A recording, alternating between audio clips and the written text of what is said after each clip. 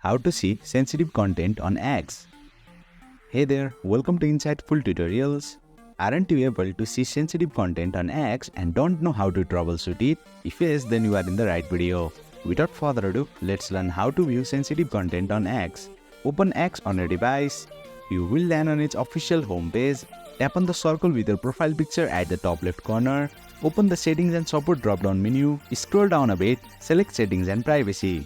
Tap on Privacy and Safety. Under the Your X Activity section, tap on Content You See. Then tap on Search Settings. Toggle off the button for Hide Sensitive Content. Once disabled, tap on the back arrow. Select Sensitive Media. Tap on Graphic Violence. Make sure you have selected the Show All option. Again tap on the back arrow. Select Other. Make sure you have selected the Show All option. Once you do all of the three settings, sensitive content on X will now start showing to you without any error message. And boom, you have successfully learned how to see sensitive content on X. That's it for today's video. If you found this video insightful, please don't forget to hit the like button and make sure to subscribe to our channel for more insightful tutorials.